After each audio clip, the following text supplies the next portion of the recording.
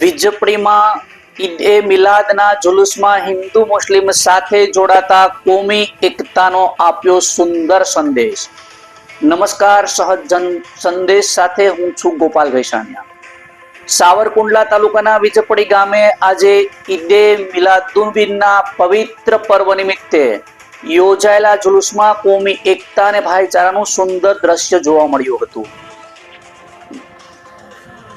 મુસ્લિમ સમાજ દ્વારા યોજાયેલા ભવ્ય જુલુસમાં હિન્દુ સમાજના આગેવાનો પણ જોડાયા હતા અને ખભે ખભો મિલાવીને જુલુસમાં ભાગ લીધો હતો।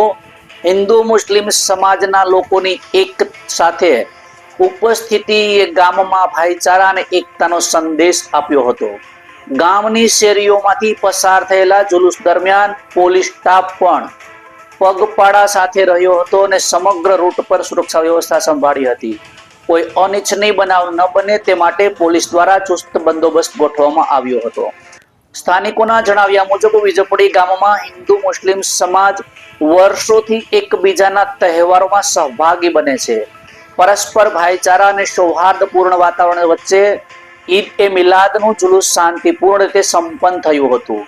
આ પ્રસંગે વીજપડી ગામે એકતા, ભાઈચારો અને કોમી સૌહાર્દનો સુંદર સંદેશ આપ્યો હતો। રિપોર્ટર સંજય વાઘેલા, સહજ સંદેશ ન્યૂઝ, અમરેલી।